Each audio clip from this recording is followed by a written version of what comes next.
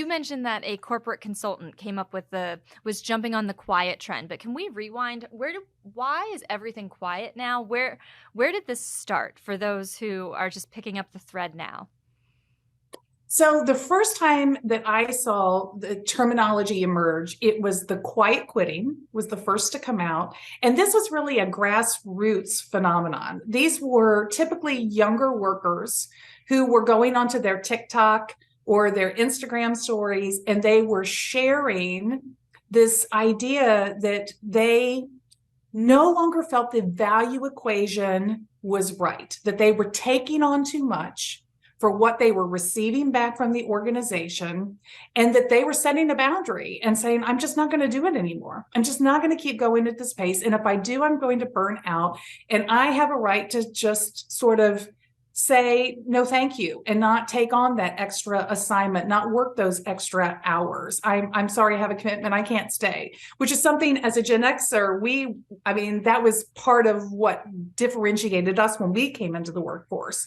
And so it's just their language. It's the new generation's language for something that, again, is not a new phenomenon at all in business, but it's their way of languaging their experience.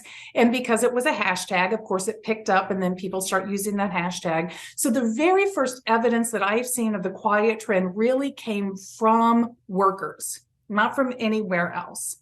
And then the next one that came behind that was the quiet firing conversation. And the first place that I heard that from is a thought leader in the culture space. And she was actually on like CNBC or one of those news media shows talking about the quiet quitting trend. And she brought up quiet firing.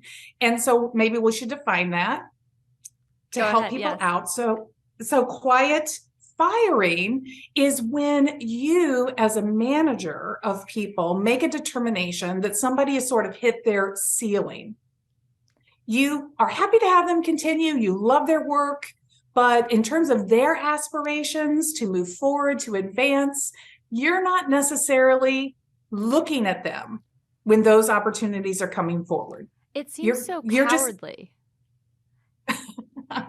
Yes, in many ways that it is. And, I'll go back to my HR experience, in my OD experience. When you want to build a thriving culture, you have ongoing conversations to come together in mutual understanding about what your employees are looking for and what you have to offer.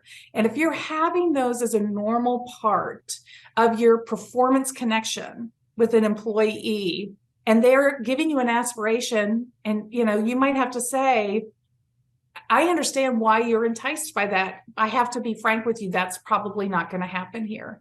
And sometimes the right thing to do, they may need to leave. I mean, if you work in a really big organization, it might be in another channel of that company where you could find that opportunity. That wouldn't necessarily mean leaving. Sometimes it may mean leaving that organization altogether. But if you are really working that correctly as a manager, you have plenty of time to put all the right pieces in place and allow that person to leave without creating this big hole and problem for yourself. But you're right, it's cowardly. Most managers are not given enough training and support and guidance to really confidently step through that process.